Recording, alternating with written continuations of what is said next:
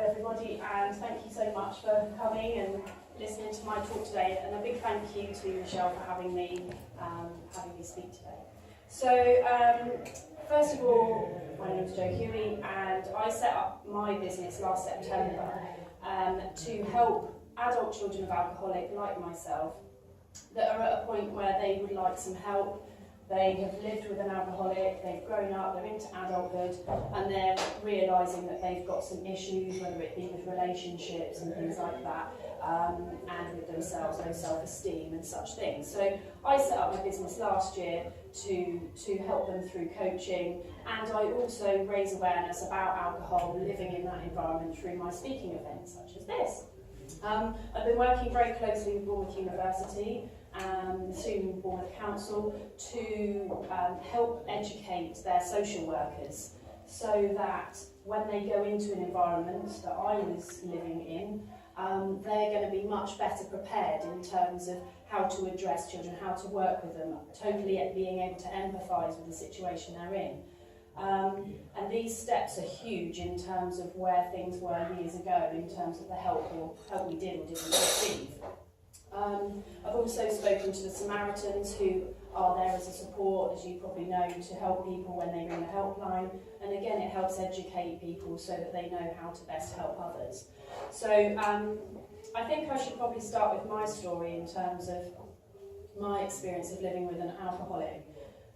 This is individual to everyone, everyone's experience is very different, and I've learned recently that actually the dynamics are generally the same. The characteristics that you develop into adulthood are pretty much the same whether you're a child of an alcoholic or a parent to, or it's pretty much the same characteristics. But the only thing I would say is that when you're a child of an alcoholic, you don't have the power and the choices that an adult would, that they could choose to walk away. You don't get that choice as a child.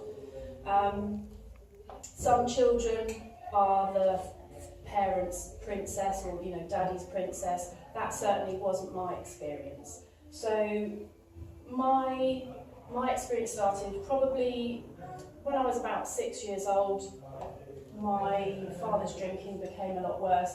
I don't really remember a lot before that because I was quite young, and my parents had another child, and unfortunately they lost that child, and that set my father's drinking into a kind of spiral. Living with somebody that all they care about is the alcohol, it is a disease, and it isn't something that just happens like that. People can go from being a social drinker, and it only takes for a tragedy, an event, something to happen in their life that will tip them over the edge. They will always say, I'm in control, I could stop whenever I like, and all of those types of things. And they probably believe it. Some of them are in denial, and that's what they're telling themselves because they can't cope with the alternatives. But most of the time, it's people do drink socially. No, there's nothing wrong in that. But my father obviously used the alcohol in order to cope and deal with the situation that he found himself in. So some of the things that I remember in my home was our kitchen was a central part of the home, as it is in most people's homes. And I remember we had a big table, chairs, and sort of kitchen area was over here, and the back door was sort of in that direction. And I used to strategically place myself sort of here, and the hallway door was literally behind me, so that if, depending on what mood my dad was in when he came through the door from work, I'd be able to run whichever way was best to get out of his way. He was a very aggressive man, very strict, was in the army, very disciplined, everything had to be just so. So the expectations on me and my sister were very high.